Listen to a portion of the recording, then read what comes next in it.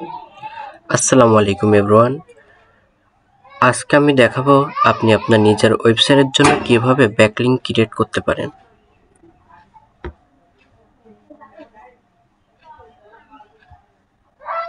আমাদেরকে প্রথমে যে ওয়েবসাইট থেকে ব্যাকলিংক নেব সেই ওয়েবসাইটের ডোমেইন অথরিটি এবং স্প্যাম স্কোর চেক করতে হবে। আমি এখানে ডোমেইন অথরিটি এবং স্প্যাম স্কোর চেক করে রেখেছি, তাও আপনাদের সুবিধার্থে আমি একবার দেখিয়ে দিচ্ছি। ডোমেইন অথরিটি যত বেশি হবে তত আমাদের জন্য ভালো, আর স্প্যাম স্কোর যত কম হবে তত ব্যাকলিংক শক্তিশালী এবং ক্লায়েন্টের ওয়েবসাইটের জন্য ভালো হবে। ডোমেইন অথরিটি এবং স্প্যাম স্কোর চেক করার জন্য আমি স্মল এসইও টুলস সাহায্য নিব। এখানে ওয়েবসাইটটা পেস্ট করলাম।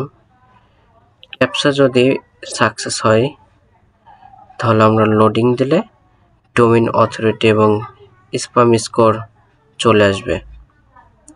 একটু সময় নিচ্ছে চেক করতে,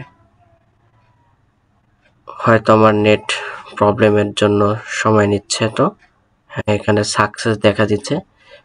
এবার লোডিং অপশনে ক্লিক করে এখানে ওয়েবসাইট পেজ, এই পেজের spam score 1, domain authority 77, page authority খুব ভালো, ডেডলাইনও মানে এখানে ডেডলাইনও তো ট্রাফিকও খুব ভালো আর কি।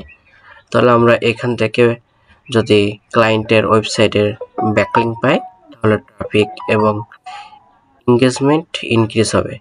সেক্ষেত্রে আমাদের এখন ওয়েবসাইটে চলে যেতে হবে।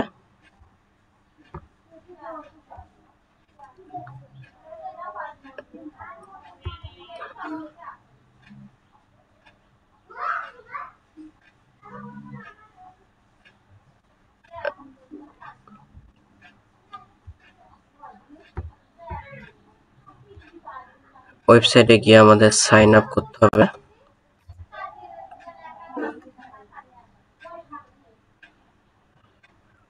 যেহেতু আমার ওয়েবসাইটটা সাইন আপ করা আছে, আমার করা লাগেনি।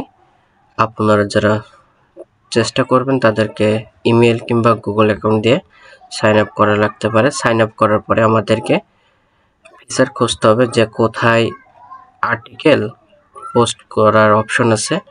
আমরা এখানে এটার ক্ষেত্রে খুব সহজে দেখতে পাচ্ছি, এখানে টেক্সট, ফটো, লিঙ্ক শেয়ার করতে পারবো।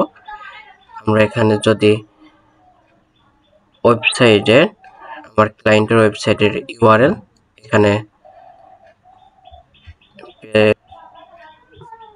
আমি এরকম একটা শিট ক্রিয়েট করছি।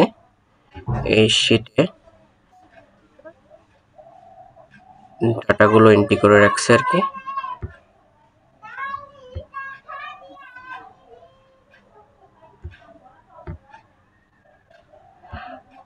আমি এই ইউআরএলটার ব্যাকলিংক পেতে চাই আর কি।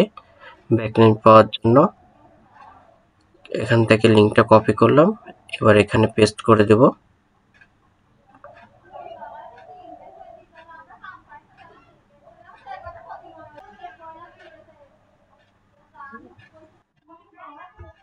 অপশনে পেস্ট করলাম।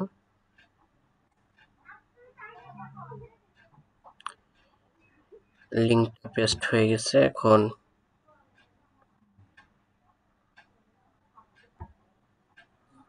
এখানে কিছু নিশ রিলেটেড ট্যাগ ইউজ করতে হবে।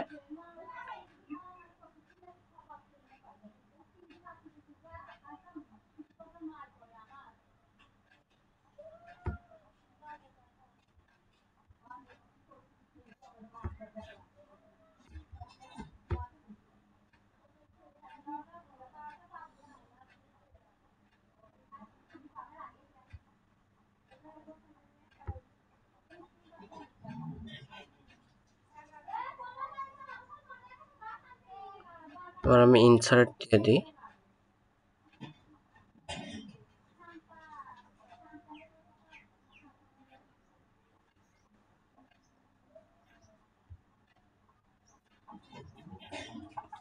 এই যে আমার পোস্টটা হয়ে গেছে আর কি।